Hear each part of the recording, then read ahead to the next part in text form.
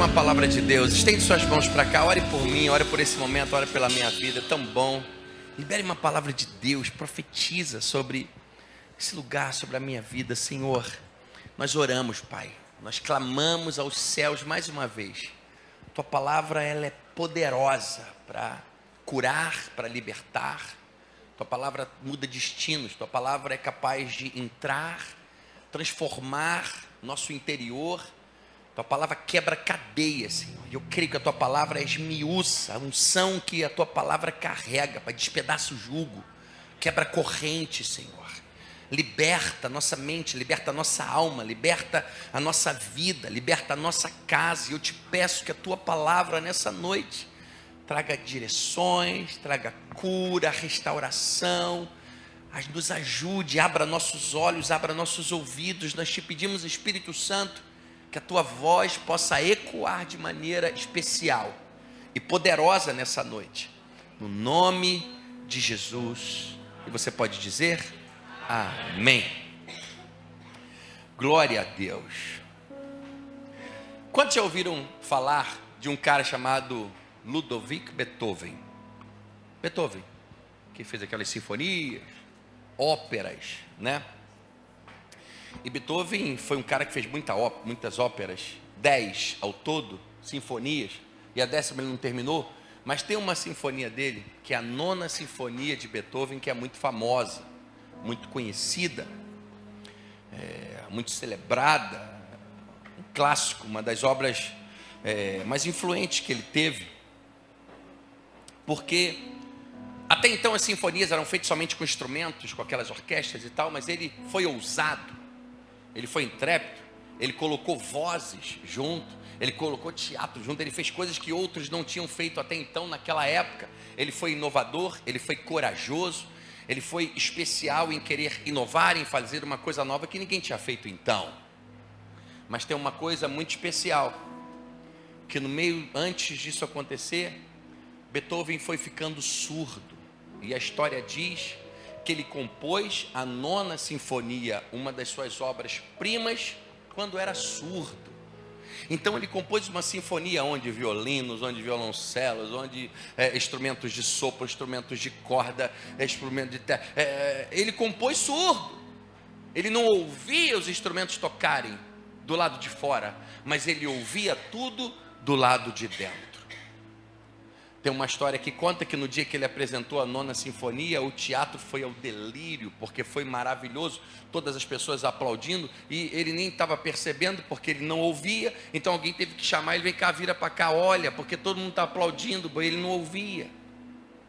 Mas o fato que eu estou te falando sobre isso, a gente vai entrar na palavra de Deus, é para te chamar a tua atenção, que um maestro como ele, que compõe, que lidar com sinfônicas, com sinfonias, com coisas desse tipo, ele precisa lidar com muitas coisas ao mesmo tempo.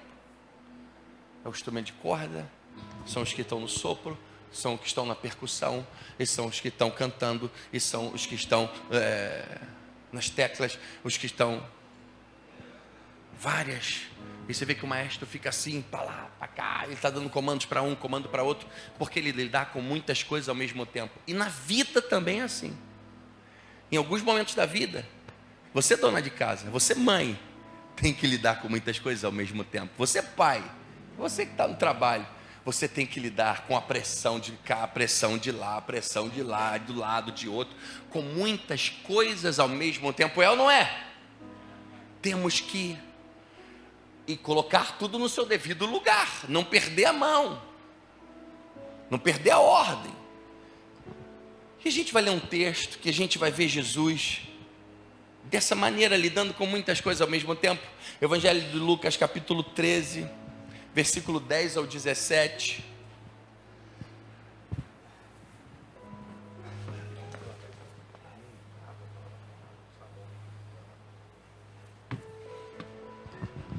Lucas 13, versículo 10. Vamos ler até o 17, está com a Bíblia, acompanhe. Quer acompanhar na tela, acompanhe comigo.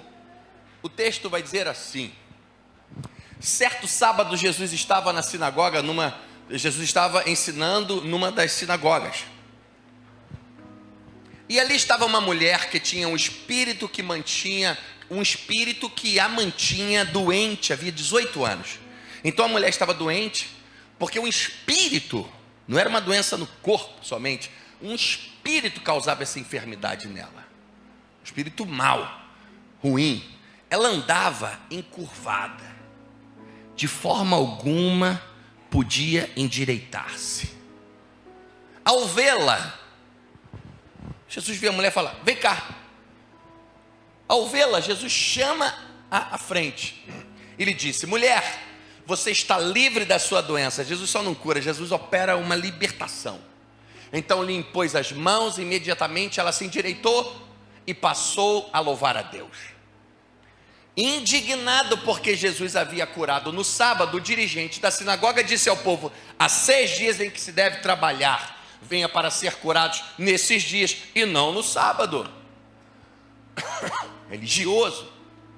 O Senhor lhe respondeu, Jesus: hipócritas, cada um de vocês não desamarra no sábado seu boi e seu jumento do estábulo e leva ele dali para lhe dar água? Então essa mulher, uma filha de Abraão, a quem Satanás mantinha presa por 18 longos anos, não deveria no dia de sábado ser liberta daquilo que lhe prendia? Jesus dá uma lição de moral. Tendo dito isso, todos os seus oponentes ficaram envergonhados, mas o povo se alegrava com todas as maravilhas que ele estava fazendo. Essa é uma história que traz ensinamentos para nós, e nós vemos Jesus na sinagoga tendo que lidar com muitas coisas ao mesmo tempo. A verdade é que você não precisa de tudo para realizar tudo que você precisa. Às vezes não precisamos de tudo para realizar tudo que precisamos. Podemos até esperar o momento em que, algumas pessoas podem esperar o momento em que tudo esteja alinhado para enfim eu seguir em frente. Eu vou esperar tudo estar ajeitadinho para eu começar. E às vezes seguir em frente pode ser o que vai alinhar tudo. Eu não sei quem já soltou pipa, cafifa. Em Guapi fala como? Pipa, cafifa, é o quê? Pipa. Eu sou de São Gonçalo. São Gonçalo é cafifa. Cafifa, raia, peão. Quando você está soltando pipa, se você vai arrastar alguém, se você vai puxar, você puxa, vai puxando as linhas, vai embolando. Puxa, fica tudo embolado no chão. Aí parece que vai estar tudo embolado, vai dar ruim, mas se você soltar e deixar aí, desembola. E às vezes a gente acha que tudo tem que estar alinhado para desembolar, e às vezes seguir em frente pode ser o que vai desembolar tudo. Nesse texto que lemos, a gente vê Jesus lidando com diversas coisas ao mesmo tempo. Se você botar uma lupa no texto, você vai perceber. Como assim Jesus estava lidando com muitas coisas ao mesmo tempo? Porque em uma sinagoga, o que tinha dentro da sinagoga? Ele estava ensinando na sinagoga, curou a mulher na sinagoga, libertou a mulher na sinagoga, se levantou gente contra ele. Porque a sinagoga tinha os fariseus, na sinagoga tinha os saduceus, na sinagoga estava a mulher enferma, a mulher com aquele espírito agarrado nela, tinha o povo, na sinagoga tinha pressão espiritual, tinha pressão psicológica. Ele opera uma libertação, e Jesus tem que lidar com fariseus, tem que lidar com saduceus contra ele, tem que lidar com a mulher que está com o espírito, tem que identificar que a mulher está com o espírito. O povo tem uma expectativa, pressão psicológica, pressão espiritual. Jesus tem que lidar com muitas coisas ao mesmo tempo. Opera no meio de tudo isso, ele opera essa libertação, a mulher fica curada. Mas o fato é que Jesus não era bem recebido nas sinagogas. Na sinagoga é o lugar onde Jesus enfrentava o peso da complexidade da teologia da época, da religiosidade, que repousava sobre os fariseus e sobre os fariseus. Pastor, quem são fariseus e saduceus? Quem eram os fariseus? Eram os professores da lei, rigorosos com as tradições judaicas. Fariseus acreditavam na ressurreição dos mortos, fariseus acreditavam nos anjos, fariseus acreditavam na vida após a morte, e aceitavam a tradição oral, só que eram rigorosos em seus rituais judaicos, em sua cultura judaica, em algumas coisas, em alguns costumes. E quem eram os saduceus? Era um grupo diferente dos fariseus, mas também compunha as sinagogas. Os saduceus eram um grupo seleto, a maioria de sacerdotes da elite, de ricos, os mais aristocratas ricos, mais rigorosos que os fariseus com a religiosidade, mais conservadores, não criam não criam na ressurreição dos mortos, não acreditavam nos anjos, não acreditavam na vida após a morte, só acreditavam na Torá, não acreditavam nos profetas, na tradição oral judaica. Só que os fariseus e os saduceus eram inimigos entre si, eles não se davam bem, eles não concordavam com a sua fé, com as coisas que ele criam, mesmo dentro do judaísmo.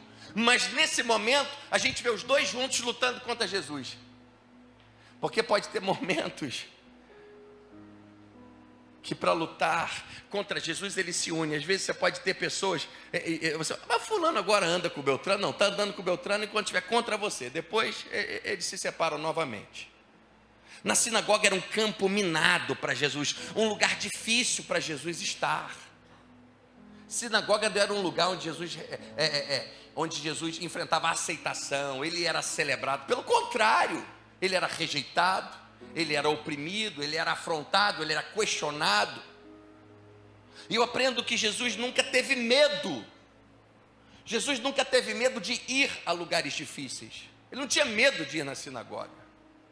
Podemos tirar algumas lições dessa história onde Jesus lidar com muitas coisas ao mesmo tempo e enfrenta algumas coisas sem medo.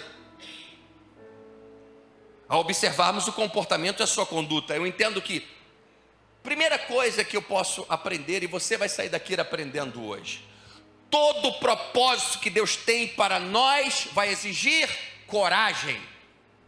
Você tem promessas de Deus, tem propósitos de Deus. Para você viver os propósitos, para você viver as promessas, você vai precisar de coragem, mesmo tendo promessas.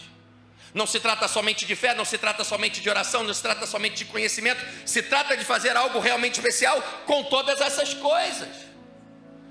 Porque a fé sem obras é morta. Oração sem ação pode virar murmuração. Conhecimento sem aplicação na vida se torna hipocrisia e vaidade. Se trata de você fazer algo especial com essas coisas. Crescer vai exigir coragem. Viver as promessas de Deus vai exigir coragem. Cumprir os propósitos de Deus vai exigir coragem. Para sonhar com algo, eu não preciso de coragem. Para sonhar com algo, eu preciso, Deus vai falar contigo hoje, eu preciso de visão. Para ter um sonho, sonhar grande, eu não preciso de coragem, eu preciso de visão. Ter uma visão ampliada, ter uma visão de algo. Aí eu posso sonhar, eu posso idealizar. Mas agora, para tirar isso do papel, para tirar a visão do papel e o sonho se tornar realidade, você vai precisar de coragem. Para montar um negócio novo, você vai precisar de coragem. Para romper do seu chamado, você vai precisar de coragem. Para casar, você precisa de coragem. Quanta gente fica enrolando. Fala, Deus! E não casa. Mas não é isso, mas não tem aquilo. Bota o pé na água, pô. Essa é a mulher da tua vida, esse homem da tua vida. Se juntam e vão enfrentar a vida, uai.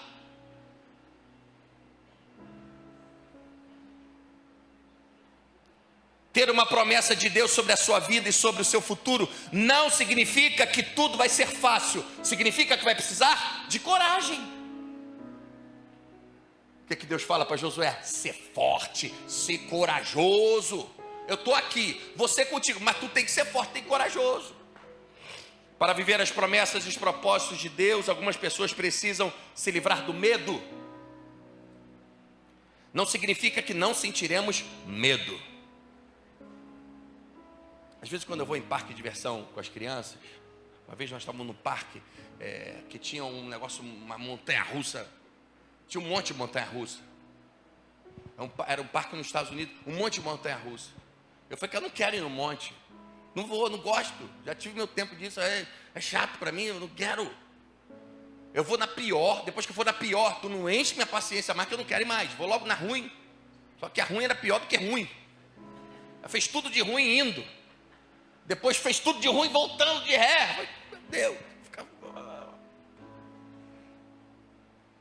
Coragem não significa ausência do medo. Coragem significa ir apesar do medo. Você vai sentir o frio na barriga para fazer algo novo. Você vai sentir o frio na barriga para romper alguma coisa. Vai sentir o frio na barriga mesmo sabendo que está tomando a decisão certa. Mas vai precisar de coragem.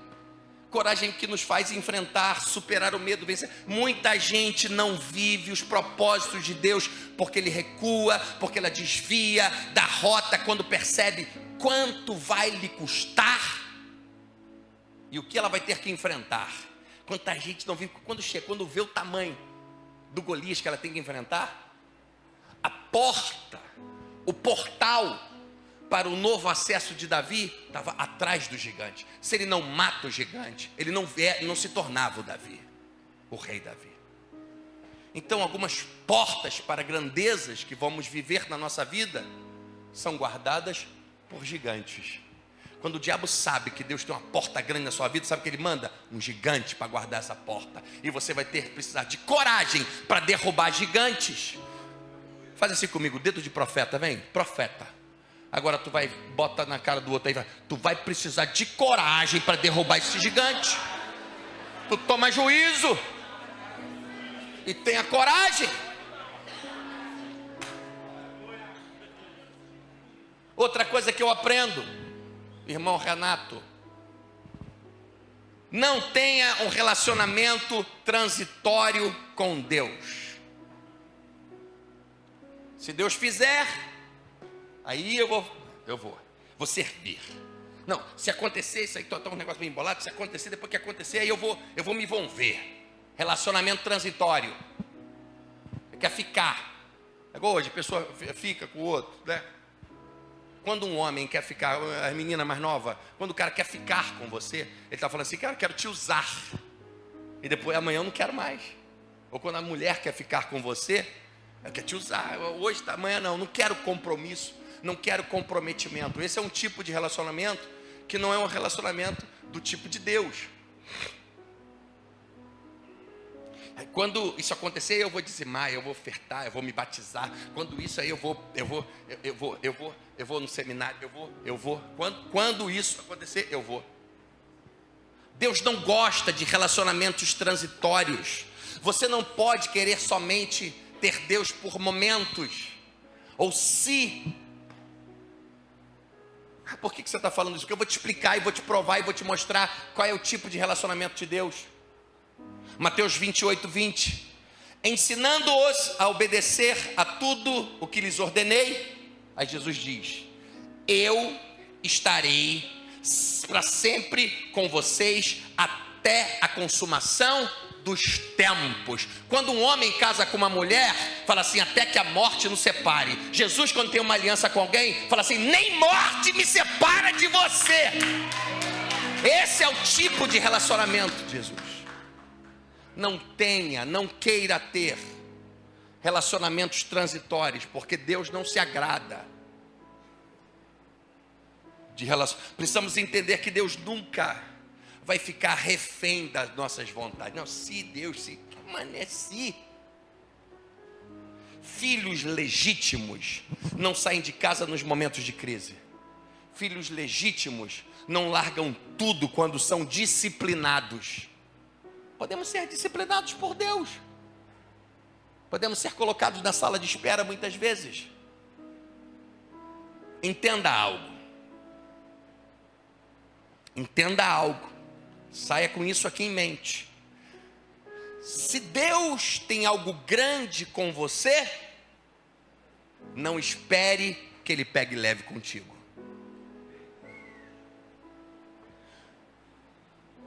Deus não vai pegar leve com você se Ele tem algo grande na sua vida. Ele vai treinar você. Ele vai explorar você. Ele vai disciplinar você. Ele vai direcionar você.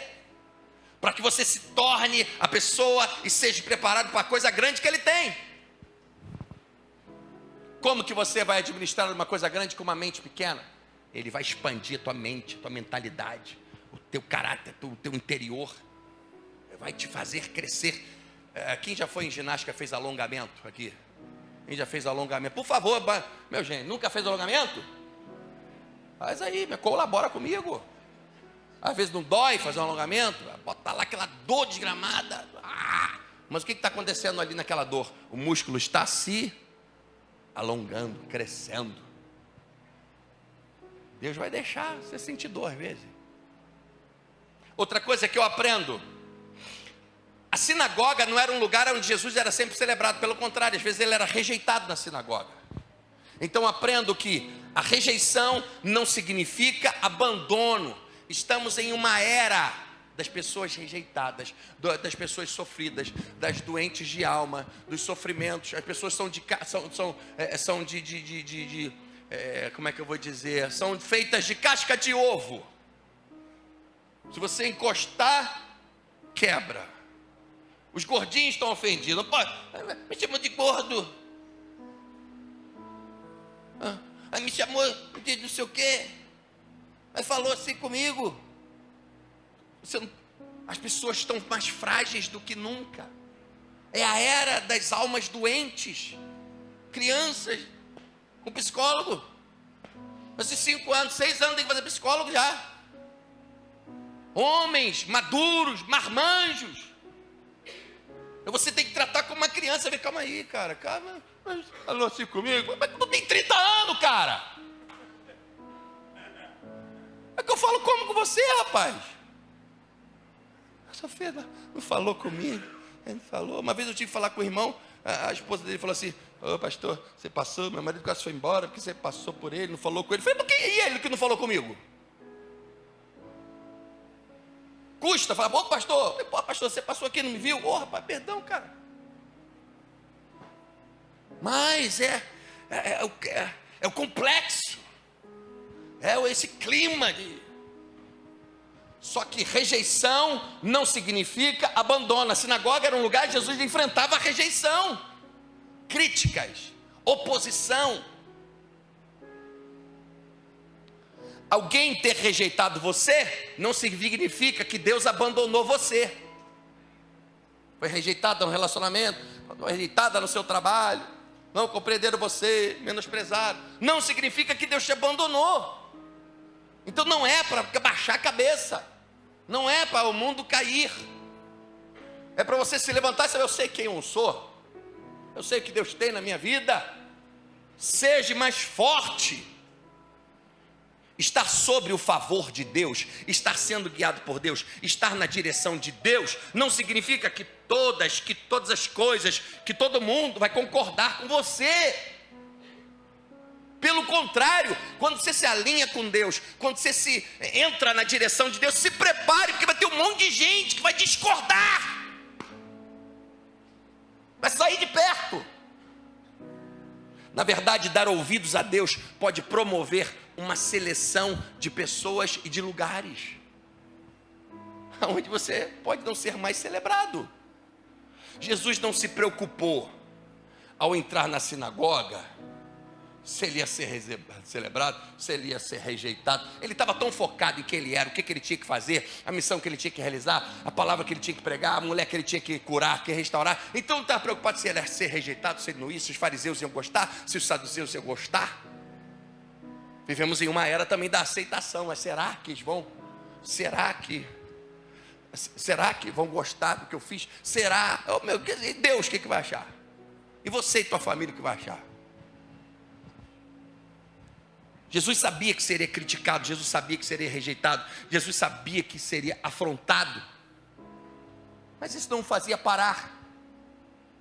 Ele estava tão focado na missão que algumas coisas não o machucavam mais. Muita gente se machuca muito porque não sabe o que está fazendo, não sabe para onde está indo, não tem uma missão definida, não tem propósitos definidos, não sabe quem é muitas vezes, por isso se machuca muito. Existem momentos que a paciência é mais necessária do que poder. Eu gosto do poder de Deus, eu gosto da unção de Deus, eu gosto do mistério, quando vem. Só que existem momentos que paciência pode ser mais necessária que poder, porque nem tudo dá certo no tempo que a gente deseja, é verdade ou não é? Mesmo cheio de poder, pode estar cheio de mistério, nem tudo dá certo, nem tudo acontece exatamente do jeito que a gente quer, do jeito que a gente quer, na hora que a gente quer. Nem sempre o resultado das coisas tem a ver com a espiritualidade, nem sempre. Às vezes o resultado das coisas tem a ver com a experiência que você acumula. Às vezes Deus não libera algumas coisas para a nossa vida Somente se a gente foi batizado, se você tem um dom ou não, é de experiência, você adquiriu experiência suficiente para lidar com aquelas coisas. Com o nível de preparo que a gente está. Por vezes algumas coisas ainda não terem acontecido na nossa vida, não significa que Deus disse não. Ainda não aconteceu, beleza, não quer dizer que Deus disse não. Não quer dizer que Deus negou, significa que ainda não aconteceu. Significa que ainda pode ter um tempo de preparo. Outra coisa que eu aprendo nesse texto: milagres acontecem em meio a tempestades. O milagre da vida daquela mulher acontece no meio daquela discussão, do alvoroço, daquele discutindo, de rejeição, de fariseus, de saduceus, criticando Jesus, afrontando Jesus. No meio daquela confusão, daquele embate com Jesus no meio, a mulher é curada. O milagre acontece. Eu entendo e aprendo. Deus não precisou que o fogo da fornalha apagasse quando Sadraque, Mesaque e Abednego estavam lá dentro, para ele entrar na fornalha. Ele entrou na fornalha acesa, preste atenção. Deus não vai precisar que tudo acalme na sua vida para ele entrar no teu negócio, da tua história, não. Ele vai entrar no meio da confusão mesmo. Quando ele entra para salvar Daniel na cova com os leões, ele não pirou tirar os leões, não precisou amarrar leões, ele entrou com os leões ali, vivos. Você não precisa que tudo esteja ajeitadinho, perfeitinho, para Deus entrar e agir na sua história. Ele vai entrar no meio do problema que você está vivendo. Não pense que Deus está esperando tudo estar organizado em sua vida para Ele realizar a obra dEle. Porque o Salmo 46, vai dizer: Deus é o nosso refúgio e fortaleza, auxílio bem presente no tempo da angústia. Ele vai invadir tua angústia, tua dor. Pastor, são muitas batalhas. Pastor, são muitos problemas. Pastor, são muitos inimigos. Pastor, são muitas fofocas. Pastor, são muitos disso. Você não sabe. Salmo 23 vai falar assim, versículo 5: preparas um banquete. Mas por que Deus permite isso tudo, pastor? Permite tanta afronta. Deus permite essas batalhas. Deus permite essa guerra. Deus permite essas falações. Deus permite isso. Preparas um banquete para mim, à vista de meus inimigos. Tu me honras, ungindo minha cabeça com óleo, fazendo meu cálice transbordar. Mas por que tantas coisas? Porque daqui a pouco Ele vai preparar um banquete. Ele vai sentar do lado de você na mesa e vai falar assim: eu estava com Ele, no meio dessa angústia toda, no meio dessa falação toda, é com Ele que estava. Eu estou preparando esse banquete para dizer que eu estava com Ele, eu passei junto com Ele. Parece que às vezes Deus permite que algumas coisas aconteçam para sentar ao nosso lado e mostrar com quem Ele realmente estava. O que eu aprendo? Nossas circunstâncias negativas, nossos problemas aparentes, se tornam plataformas para Deus andar e Deus se expor em cima delas. Vamos à vida de Pedro. Jesus chega numa beira do mar da Galileia. Pedro está lavando as redes após ter pescado a noite toda e o barco está vazio. Jesus chega à beira do mar da Galileia, Pedro e os discípulos estão ali, 2 barcos. Ele está lavando as redes, porque tentaram pescar a noite toda, mas o barco está vazio, não tinha peixe. E Jesus fala com Pedro: ei, me empresta esse barco vazio. Na verdade, o barco não estava vazio. Jesus pega aquele barco de Pedro. Aquele barco de Pedro não estava vazio. A noite toda tentando pescar e não pegou nada. O barco estava cheio de, sabe de quê? Frustração, decepção, dívidas, que eram 2 barcos. Ele tinha uma empresa, devia ter que pagar ajudante diária, não sei quem foi puxar, quem foi remar, quem foi fazer isso, e não tinha peixe nenhum. Então ele pega o barco de Pedro emprestado para usar como plataforma para pregar para todo mundo de cima do barco, quando o barco só tinha frustração, dívida, problema, decepção, não tinha nada. Então Deus vai usar a nossa vida, os nossos problemas, como plataforma para pregar em cima deles. Ou seja, os problemas, as adversidades, as coisas que possamos viver vão servir de testemunhos, vão servir de cura para outras pessoas, porque Deus vai andar sobre os nossos mares violentos, mostrando a sua glória em cima dos problemas que nós estamos vivendo. Outra coisa que eu aprendo: O inimigo tem oportunidade no meio das adversidades. Nos momentos de adversidade, de lutas, de problemas, o inimigo tem oportunidades. Porque as adversidades acabam funcionando muitas vezes como uma peneira. Algumas pessoas não aguentam passar por adversidade. Elas não permanecem. Elas não continuam. As adversidades separam os determinados daqueles que estão somente empolgados. A adversidade separa os admiradores de Jesus dos verdadeiros discípulos e adoradores de Jesus. Você nunca vai precisar tanto de foco quanto nos momentos de adversidade, porque a adversidade gera uma oportunidade para os inimigos. Porque nos momentos de adversidade, lutas, críticas, guerras, ofensas, todas essas coisas podem ser coisas que o diabo usa, encontra para nos distrair. Nos momentos de adversidade, você enfrenta muitas coisas, problemas, situações difíceis, críticas, lutas, e se você não tiver foco para continuar em frente, o inimigo vai usar essas ofensas, as palavras que disseram, as críticas, os problemas, te desequilibrar, desestabilizar, fazer com que você não siga adiante, pare no meio do caminho, ou tome caminhos errados e decisões erradas muitas vezes. Jesus está na sinagoga, fariseus de um lado, saduceus de outro, o povo na arquibancada. Os fariseus querem cozinhar Jesus, os saduceus querem fritar Jesus. A mulher está com um demônio, uma opressão espiritual. O povo está olhando, queremos saber quem você é realmente. Tu é quem está dizendo, quero saber quem você é. Então Jesus está enfrentando tudo aquilo. E ele precisa manter o foco no que ele tem que fazer, no que é importante, e ele consegue enxergar. Fariseu, fica quieto, não vou dar ouvido para fariseu, não vou ouvir para saduceu. Povo, se você quiser achar quem eu sou, não tem problema, a mulher que está com o demônio, eu tenho que tirar aquele demônio, eu tenho que ter foco da minha missão, o que eu tenho que fazer é aquilo. Você nunca vai precisar de tanto foco para ter discernimento das coisas certas a fazer, quanto nos momentos de adversidade, de problemas. Porque nos momentos de adversidade, se você começa a botar a tua mão onde não devia, você começa a lutar com quem não devia lutar, você começa a discutir com quem discutir, começa a perder tempo, o diabo começa a te distrair, e o que você tinha que fazer realmente tu não faz. Jesus foca no que era importante, não deixa nada ao seu redor distraí-lo e tirar ele do centro, da missão, do que ele tinha que fazer. Quando Pedro está andando sobre as águas, Pedro está dentro do barco e Jesus fala, ele fala, se o Senhor mandar eu andar, eu vou. Jesus fala, vem. Pedro sai andando por sobre o mar, e Pedro está olhando para Jesus e continua andando, mas o texto vai dizer que ele reparou na força do vento, tirou o foco. Ele estava focado, estava andando, tirou o foco, começou a afundar. Você nunca vai precisar de tanto foco quanto nos momentos de adversidade. Se manter firme em seus propósitos, se manter firme no que você tem que fazer. Por isso que a Bíblia diz que a fé é um escudo, revestível das armaduras de Deus.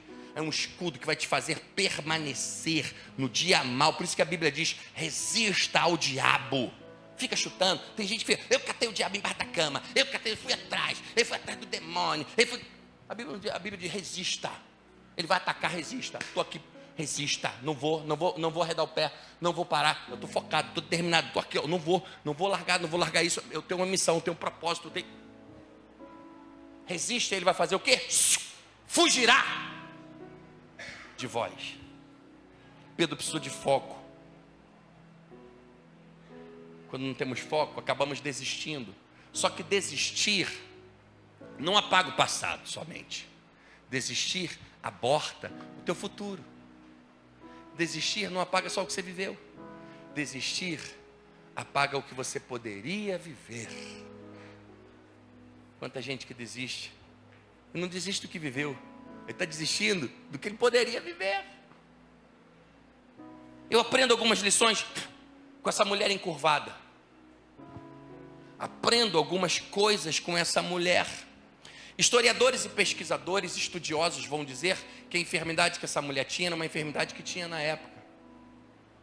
Era uma enfermidade que as pessoas ficavam encurvadas e não era um problema somente que os ossos estavam fora de lugar. Os ossos estavam fora de lugar, mas era tanto tempo, 18 anos. Os ossos tinham se fundido, se unidos, colados, se tornado um. Algumas junções ósseas não tinham mais as suas separações, as suas cartilagens, não. Elas tinham se tornado uma coisa só. Então não dava para endireitar. Estava soldado. Aquela mulher não tinha como se mexer. Mas eu aprendo algumas coisas com essa mulher. Os ossos retorcidos. Imagina a dor de viver daquele jeito. É levantar, é andar, é dormir. Além de ter o seu corpo deformado, aquela mulher estava com uma opressão maligna sobre os seus ombros. Além de uma opressão psicológica. Então ela estava com o natural abalado. E ela tinha que andar. Alguém que anda assim, que conversa com você, o emocional também está abalado. Você está sempre de cabeça baixa. E o espiritual está com um peso espiritual dentro dela, em cima dela. E tua mulher, aquela mulher, meu Deus do céu. Mas o texto diz, o interessante é que essa mulher encurvada, meu amigo teólogo Rony de Oliveira, aquela mulher encurvada estava indo com uma pressão física, uma pressão emocional, uma pressão espiritual. Ela estava indo, sabe para onde? Sinagoga, lugar de adoração, toda torta, toda encurvada, pressão do diabo em cima dela. Mas ela estava indo para a igreja. Nada segurava o raio daquela mulher. Que mulher é essa? Ela queria. Porque Jesus fala, vem cá. Porque Jesus sabia que tinha força naquela mulher. O interessante é que aquilo não para aquela mulher. Os ossos retorcidos, o espírito oprimando, toda aquela cidade. Ela ia para o lugar de adoração. A gente vemos um processo de libertação e cura operada pelo próprio Jesus. E na geração de hoje, quantas coisas pequenas param a gente. Choveu. Aconteceu, não vou não. Não vou dizer nem ir para a igreja. Mas tira a gente de um compromisso. Tira a gente do foco, da missão. A gente vê um processo de libertação operado pelo próprio Jesus. E o que Jesus usa nesse processo de libertação? Somente autoridade. Jesus não precisou gritar o nome do demônio. Jesus não precisou pegar uma lista e falar isso aqui, qual é?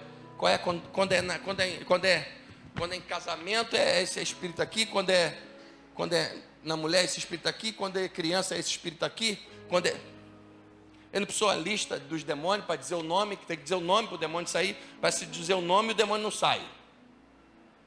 Jesus não precisou de água, jogar uma água, não precisou jogar um sal. Eu não estou criticando ninguém, eu estou trabalhando com o texto.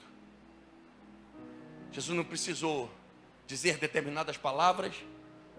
Jesus não precisou fazer a mulher assinar uma carta de renúncia, de sei lá, o caramba 4, marcar 300x, de dizer tudo que ela fez na vida. Parece que com o sangue de Jesus lava a gente, redime de todo pecado. A gente tem que fazer um monte de confissão para não sei lá quem. Parece que o sangue de Jesus não tem poder sobre a nossa vida, não.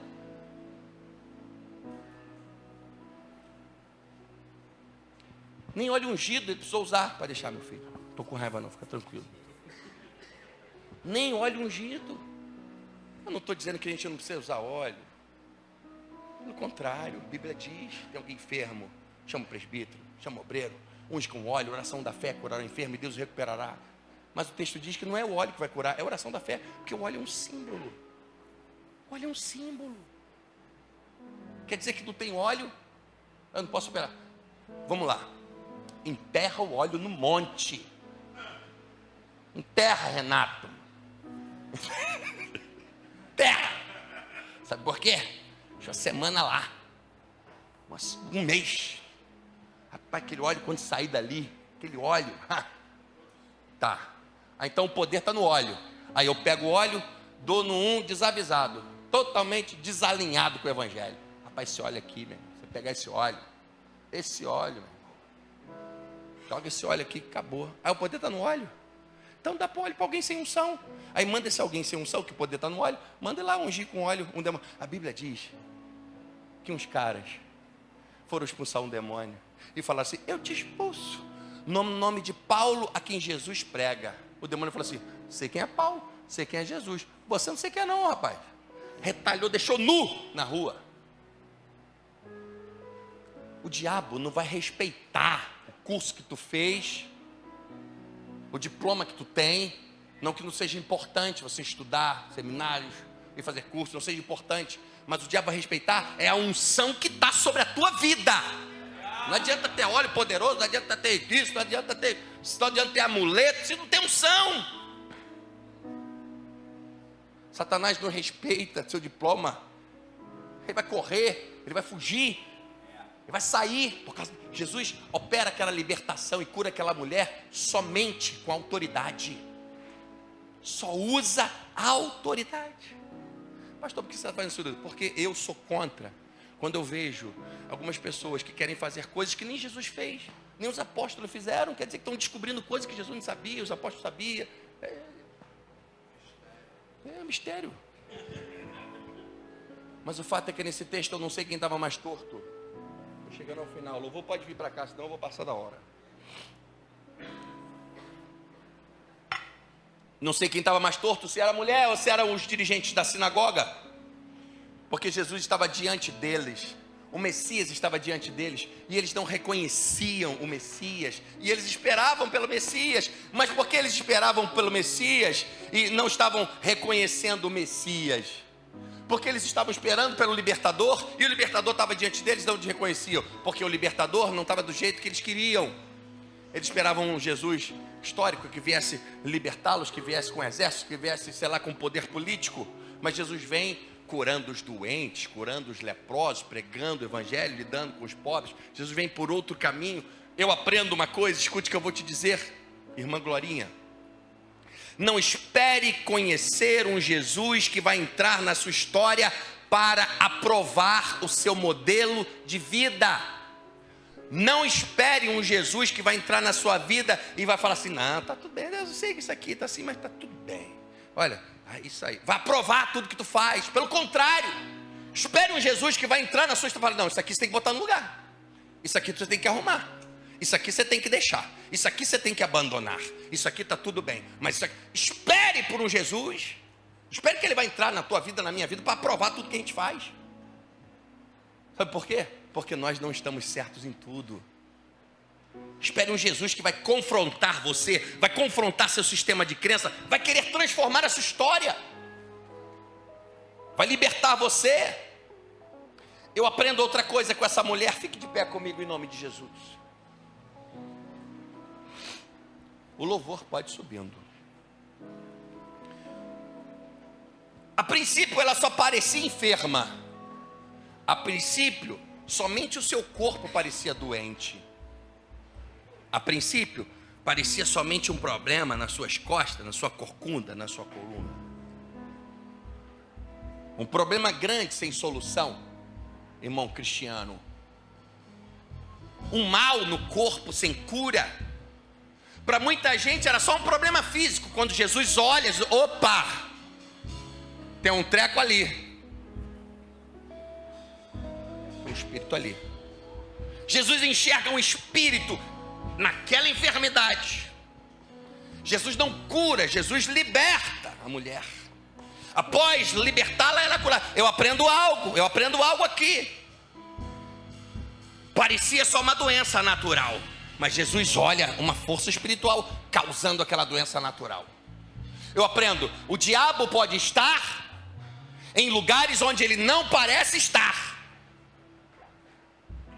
Não parecia ter demônio, só parecia ser uma doença. Mas o diabo pode estar em lugares onde ele não parece estar. Algumas coisas erradas fora do lugar, distorcidas, emboladas da vida de muita gente, pode parecer só um problema de vício. A guerra dentro de casa, a guerra entre família, a guerra no casal, problemas que estão vividos em negócio, em tantas coisas, parecem só crises que estão acontecendo. Problemas difíceis, na verdade, espíritos podem estar causando coisas, podem entrar por trás de dores, por trás de engano, na casa, na família, nos relacionamentos, no trabalho, em casamento, em ministério. Eles podem operar em áreas da vida causando dor, causando mal, causando distorções. Jesus enxerga que não era algo somente natural, tem um negócio espiritual aí, operando na vida dessa mulher. E o diabo pode estar onde parece não estar. Você não precisa estar endemoniado para o diabo estar querendo fazer uma arruaça dentro da tua casa. Na verdade, o diabo pode estar fazendo arruaça na casa de muito crente, porque não está vigiando. Jesus está pregando. O interessante é que Jesus vê aquela mulher toda encurvada, aprisionada. Jesus para de pregar e vê aquela mulher, e Jesus fala para ela: vem cá.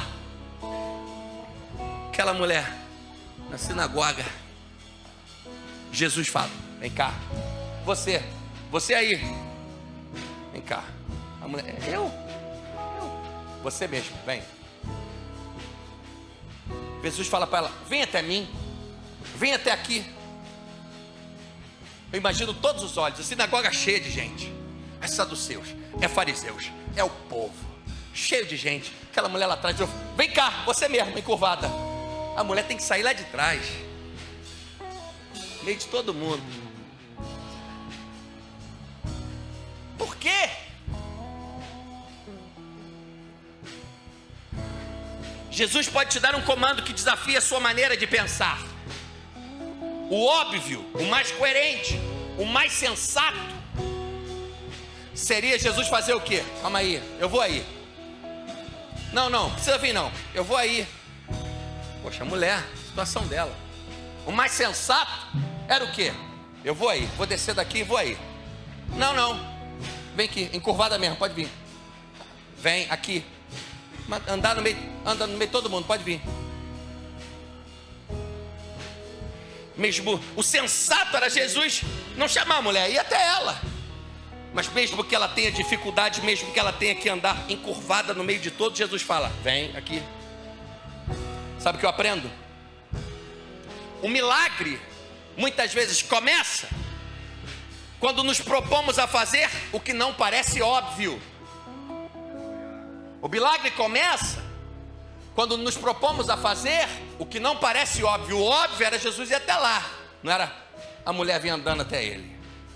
O milagre começa a acontecer quando obedecemos mesmo que parece desconfortável. Lembra do cego? Terra, plá. Isso é jeito de curar alguém?